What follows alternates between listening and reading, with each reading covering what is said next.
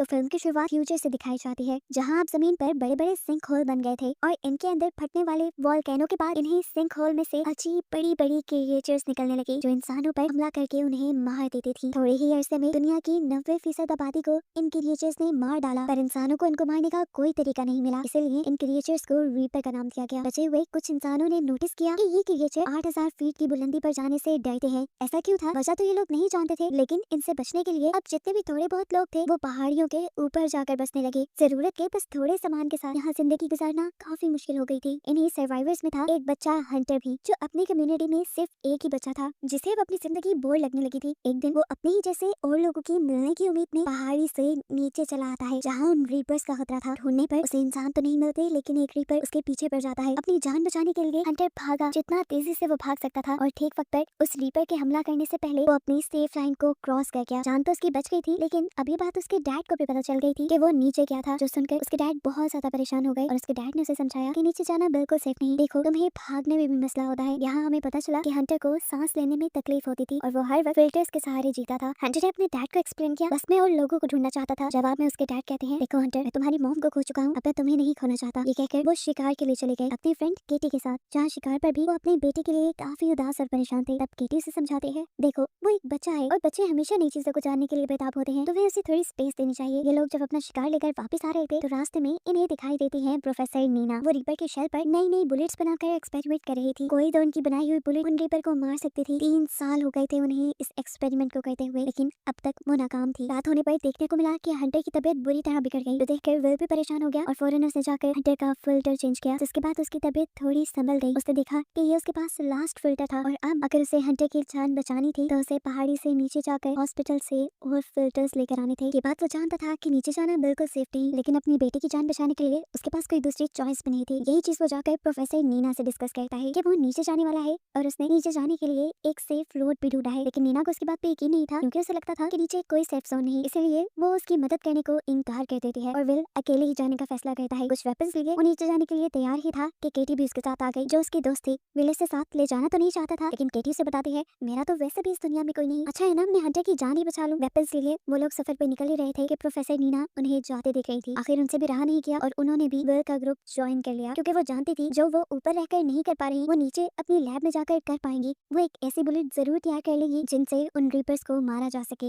ये लोग नीचे शहर तक जाने के लिए एक खास रूट का इस्तेमाल कर रहे थे, जहाँ पर रीपर्स के होने के कम से कम चांसेस थे। प्रोफेसर नीना यहाँ इन्हें अपनी मॉडिफाई की हुई कंपास दिखाती है, जो दूर से ही रीपर्स को डिटेक्ट कर सकती थी, क्योंकि रीपर्स के अंदर से इलेक्ट्रोमैग्नेटिक वेव्स निकल रही थी। काफी चलने के बाद आखिर ये लोग एक ऐसी जगह पर पहुंचते हैं जहाँ इन्हें खतरा था रीपर्स के होने का, लेकिन प्रोफेसर नीना की कंपास यहाँ पर दूर दूर किसी भी रीपर के ना होने की खबर देती है और ये लोग अपना सफर कंटिन्यू कर देते हैं। यहाँ पर बहुत सारे मिलिट्री ट्रक्स भी खड़े हुए थे, जो जरूर उन रीपर्स को ही मारने आए होंगे, लेकिन इस लड़ाई में खुद मारे गए। इन ट्रक्स में से विल और केटी अपने सर्वाइवल की चीजें ले लेते हैं। यहाँ पर इन्हें बहुत सारे ग्रेनेड्स भी मिले थे, जिन्हें चलाना केटी जानती थी। उन्हें लग रहा था कि अब इन्हीं ग्रेनेड्स के जरिए आगे का सफर आसान होने वाला है। प्रोफेसर नीना को यहीं पर रीपर का होल भी मिलता है, यानी बॉडी का एक पार्ट, जिसे वो उठा लेती है और यहाँ से और सैंपल कलेक्ट करने लग जाती है, ताकि वो इन रीपर्स के बारे में पता चला सके और इनको खत्म करने का कोई रास्ता ढूंढ सके। यही बातों ही बातों में केटी प्रोफेसर नीना को बुरा भला कहने लग जाती है, क्योंकि उसे लगता था कि प्रोफेसर नीना की वजह से उसकी दोस्त और विल की वाइफ की डेथ हुई थी। इनकी लड़ाई इतनी बढ़ गई कि हाथापाई में बदल गई। अभी ये लोग इसी सब में थे कि अचानक उन्हें दूर से किसी रीपर के होने की आवाज सुनाई दी। आगे बढ़कर इन्होंने देखा ये कोई रीपर नहीं था, बल्कि यहाँ पर बहुत सारे घोड़े थे, और ये देखकर वो लोग हैरान हो गए कि रीपर्स जानवरों को नहीं मारते थे, वो तो सिर्फ इंसानों को मार रहे थे। ये लोग अब आगे चेयर लिफ्ट तक जाते हैं, जहाँ से इन्हें अपना अगला सफर कंप्लीट करना था। यहाँ आने पर प्रोफेसर नीना को अपनी कंपास से यहीं करीब एक रीपर के होने का एहसास होता है। ये लोग जब इर्द गिर्द देखते हैं तो उन्हें एक तरफ की तरफ हिलते दिखाई देते हैं, यानी मॉन्स्टर वही था। अगर इन्हें अपनी जान बचानी थी तो फौरन यहाँ से भागना था। फिल और प्रोफेसर नीना बैठ जाते हैं चेयर लिफ्ट के अंदर, जबकि केटी इसकी पावर सप्लाई चलाने की ट्राई करती है। अब जैसे जैसे वो रीपर केटी के करीब आ रहा था, केटी घबरा रही थी। इसी घबराहट में वो रीपर के पास एक ग्रेनेड फेंक देती है, जिसकी वजह से वहाँ बहुत बड़ा धमाका तो हुआ, लेकिन रीपर को इस धमाके से कोई असर नहीं हुआ। ये लोग जल्दी से अपनी चेयर लिफ्ट ऑन करके उसे चला लेते हैं और दूसरी तरफ हमें दिखाया जाता है कि केटी टॉवर पे चढ़कर अब चेयर लिफ्ट के ऊपर चढ़ने की कोशिश में थी। वो टॉवर से जैसे ही चेयर लिफ्ट की तरफ जंप करती है तो बदकिस्मती से वो चेयर के ऊपर जंप नहीं कर पाई। वो गिरने ही वाली थी, लेकिन तभी उसे विल ने हाथ पकड़कर बचा लिया। लेकिन इस सब के बावजूद भी मुश्किलें हल नहीं हुई, क्योंकि रीपर अब बिल्कुल उनके पीछे आ चुका था और उनकी चेयर की केबल्स को बुरी तरह हिला रहा था, जिसकी वजह से इनकी चेयर लिफ्ट ही टूटकर नीचे गिर जाती है। और अब अपनी जान बचाने के लिए ये लोग वापसी का रास्ता अपना लेते हैं, यानी ऊंचाई की तरफ भागने लग जाते हैं, जहाँ पर ये रीपर्स नहीं आ सकते थे। वापस आकर ये लोग अपने घरों को नहीं गए, क्योंकि वो काफी दूर था। था। ये लोग एक रेस्टोरेंट में रुके थे जहाँ पर ये तीनों बातें करने लगते हैं। प्रोफेसर नीना इन्हें बताती है कि जब ये मॉन्स्टर्स इस दुनिया के अंदर आए थे तब आते ही इन्होंने बिना सोए बिना रुके दुनिया के 95% लोगों को मार दिया, ऐसे जैसे ये इंसानों को ही मारने आए हों। लेकिन एक अजीब बात भी थी कि इन्होंने इंसानों को मारकर खाया नहीं और ना ही इन्होंने इंसानों के अलावा किसी और जानदार को मारा। इसी वजह से वो हमेशा से इसी डाउट में रही थी कि क्या किसी ने इन रीपर्स को सिर्फ इंसानों को खत्म करने के लिए तो नहीं डिजाइन किया,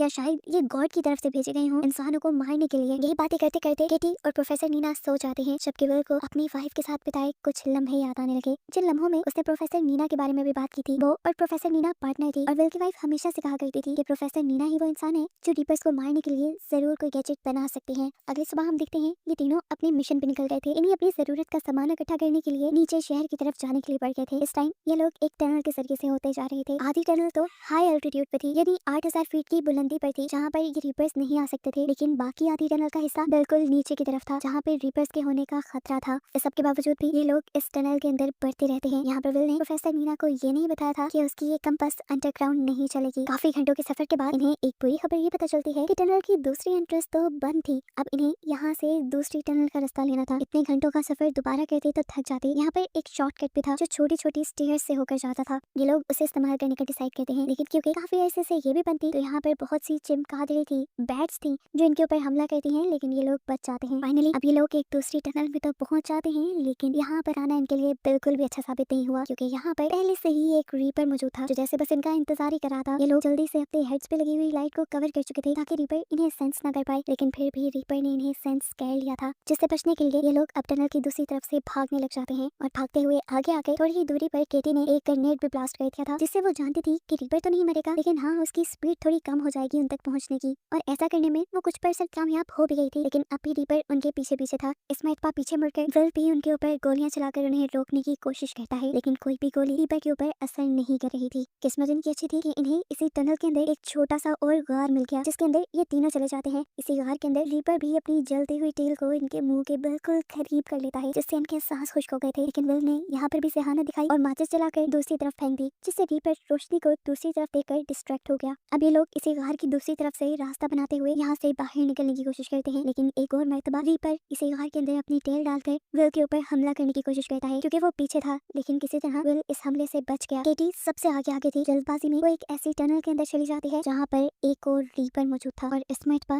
रीपर ने उसके ऊपर कोई तरस नहीं खाया और उसे हमला करके मार डाला। हालांकि पीछे से नीना उसे बचाने की कोशिश करती रही, लेकिन सब नाकाम हो गया। आखिरी चॉइस पर बस नीना को वहाँ से बाहर निकलती हुई एक लैडर, एक सीढ़ी दिखाई दी, जिसके ऊपर चढ़कर वो और विल यहाँ से चले गए, केटी को यहीं पर छोड़कर, जिस बात का तो शायद अब इन्हें जिंदगी भर होने वाला था। अब ये लोग एक सेफ एल्टीट्यूड पे आ गए थे, इन्हें 8000 फीट से ऊपर, जहाँ कोई रीपर नहीं था। ये लोग यहाँ सेफ रह सकते थे, लेकिन नीना इस टाइम सेफ रहने को प्रायोरिटी नहीं देती, बल्कि अपनी मिशन को प्रायोरिटी देती है और अपनी लैब्स की तरफ बढ़ने का फैसला करती है। यहाँ पर बहुत सारे ऐसे घर थे जिसमें अब कोई इंसान नहीं रहता था। उन्हीं में से एक घर के अंदर विल और प्रोफेसर नीना आ चुके थे। यहाँ पे खाने के लिए भी बहुत कुछ था। नीना दोनों के लिए खाना बना दिया है और यहाँ बैठ कर विल को हंटर की याद आ जाती है। उसे ये खाना बहुत पसंद था, लेकिन उनके शहर में ये सादा सा खाना भी नायाब हो गया था। फिर अब नीना विल को एक्सप्लेन करती है कि कैसे वो डिफरेंट केमिकल्स के मिक्सचर से एक ऐसी बुलेट तैयार कर सकती है जो उन रीपर्स को मार सकता है। नीना को लग रहा था कि इनके अंदर कोई मैग्नेटिक पावर जरूर है, पर एक खास केमिकल कॉम्बिनेशन की मदद से ये लोग उनके अंदर के ही इलेक्ट्रोमैग्नेटिक चार्ज को किसी बॉम्ब की तरह डिस्ट्रॉय कर सकते थे,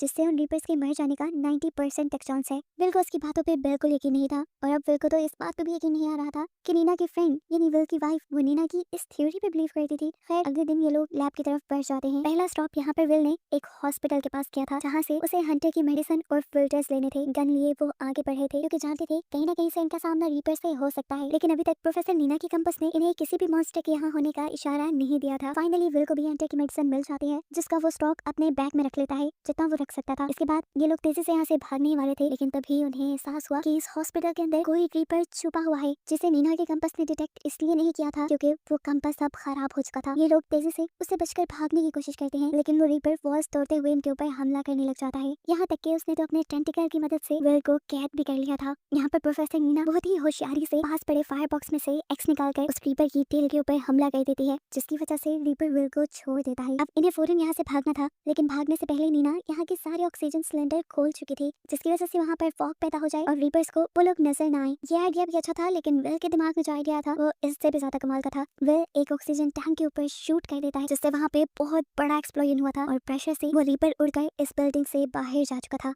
ये लोग ऊपर से खड़े हुए रीपर को देखते हैं जो बेजान जमीन पे पड़ा था, लेकिन ये लोग नहीं जानते थे कि वो रीपर मरा है या बेहोश है। ज्यादा देर ये लोग रुक नहीं सकते थे यहाँ पर, इसलिए विल नीना से वापस चलने को कहता है, और नीना कहते हैं नहीं विल, मुझे मेरे लैब तक जाना है ताकि मैं इन्हें मारने के लिए कोई नई बुलेट तैयार कर पाऊँ। विल नीना की बात मान जाता है और ये लोग ट्रक में ही बैठकर लैब के लिए निकल जाते हैं। और इनके यहाँ से जाते ही हमें दिखाया गया कि वो रीपर दोबारा होश में आ चुका था। इधर लैब में आते ही नीना अपना काम शुरू कर चुकी थी, जबकि विल इस लैब को विजिट कर रहा था, जहाँ पर उसे प्रोफेसर नीना की फैमिली पिक्चर भी दिखाई दी। ये देखकर वो शॉक रह गया कि नीना की एक फैमिली भी थी, क्योंकि उसने कभी अपनी फैमिली के बारे में कुछ डिस्कस नहीं किया था। ये सवाल करते ही नीना की भी आंखों से आंसू निकलने लगे और उसने बताया कि जिस दिन पहली मर्तबा रीपर्स ने दुनिया पर हमला किया था, उस दिन मैं लैब में ही थी। मेरी फैमिली मुझे बुलाती रह गई, लेकिन मैंने लैब में रहने का फैसला किया और मेरी ही वजह से मेरी फैमिली मर गई और आज मैं जिंदा हूँ। ये सुनकर फिर भी काफी इमोशनल हो जाता है। नीना दोबारा बात कंटिन्यू करती है और कहती है बस वो दिन था और आज का दिन मैंने इन रीपर्स से बदला लेने की ठान ली थी, और देख लेना मैं उनसे अपनी फैमिली का बदला जरूर लूंगी। ये बात करने के बाद नीना पीछे मुड़कर एक बुलेट शूट करती है रीपर के स्केल पर, लेकिन स्केल को अभी भी कुछ नहीं होता, जिसका मतलब था कि अभी उसकी बुलेट कंप्लीट नहीं हुई।